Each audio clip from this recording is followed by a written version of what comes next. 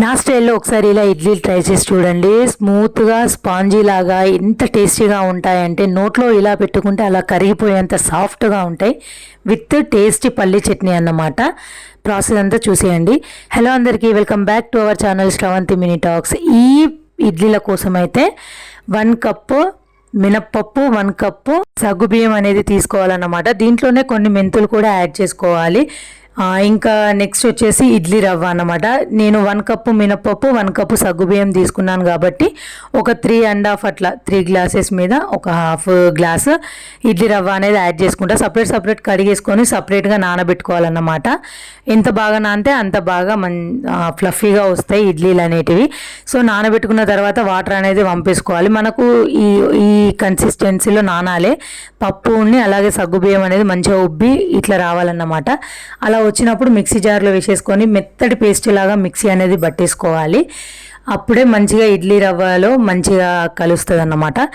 ఈ ఇడ్లీ రవ్వలో వాటర్ అనేది వంపేసుకొని ఈ మిక్సీని మనం అందులో వేసేసుకొని మంచిగా మిక్సీ వేసేసుకొని నైట్ ఫర్మెంటేషన్ చేసుకోవడమే. మార్నింగ్ వరకు అట్లనే ఉంచేయాలన్నమాట. మనం నైట్ మూత పెట్టేసి చేసుకోవాలి. సో మార్నింగ్ నానబెట్టుకొని ఈవినింగ్ బట్టి నైట్ మూత పెట్టేసి ఈ ప్రాసెస్ అంతా నైట్ టైంలోనే చేసి పెట్టేసుకుంటే పొద్దున వరకు పులుస్తుంది అన్నమాట పిండి అనేది. ఇలా పులిచిన పిండిలో మనం టేస్ట్కి తగ్గట్టు ఉప్పు వేసేసుకొని మంచిగా కలిపేసుకోవాలి.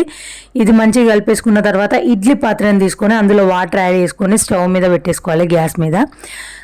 ఎట్లా అంటే మనకు కింద ఇడ్లీది గిన్నె ఉంటుంది కదా, అది మునగొద్దు వాటర్లో, అట్లా వరకు చూసుకొని పెట్టుకోవాలి. అలాగే మిగతా ఇడ్లీ గిన్నెల్లో ఆయిల్ అనేది అప్లై చేసేసుకొని మొత్తం ఆయిల్ అనేది మనం దానికి రాసుకున్న తర్వాత ఇడ్లీ పిండి అనేది ఆ బ్యాటర్ మొత్తం కూడా ఆ ఇడ్లీ పాత్రలలో వేసేయాలన్నమాట. సో ఇట్లా ఫుల్ మొత్తం అన్నీ నింపేసుకోవాలి. నింపేసుకున్న తర్వాత మంచిగా ఒక్కొక్కటిగా అమర్చేసుకొని మనం ఇడ్లీ పాత్రలో పెట్టేసి కుక్ చేసేసుకోవడమే. సో మీడియం ఫ్లేమ్లో కుక్ చేసుకుంటే బెటర్. ఇది విజిల్ది కాదు, ఇది నార్మల్ ఇడ్లీ పాత్రనే. విజిల్స్ అయితే ఒక 1-2 విజిల్స్ అట్లా వచ్చేస్తే సరిపోయిద్ది. సో అది కుక్ అయ్యే గ్యాప్లోనే పల్లీలు అనేది వేయించేసుకుంటున్నా పల్లి పచ్చడి కోసం. నేనైతే ఇక్కడ మిర్చి అనేది డైరెక్ట్ మిక్సీ పట్టేసుకుంటా. డైలీ ఏం ఆయిల్లో అట్లా ఫ్రై చేయడం అట్లా ఏం చేయను. సో మిక్సీ ఒక 2 మిర్చెస్ తీసుకొని పల్లీలు అనేది మంచిగా దూరగా వేపుకోవాలి. అట్లనే జీలకర్ర కూడా అందులోనే యాడ్ చేసుకోండి. ఎల్లిగడ్డ ఉన్నా కూడా యాడ్ చేసుకోవాలి.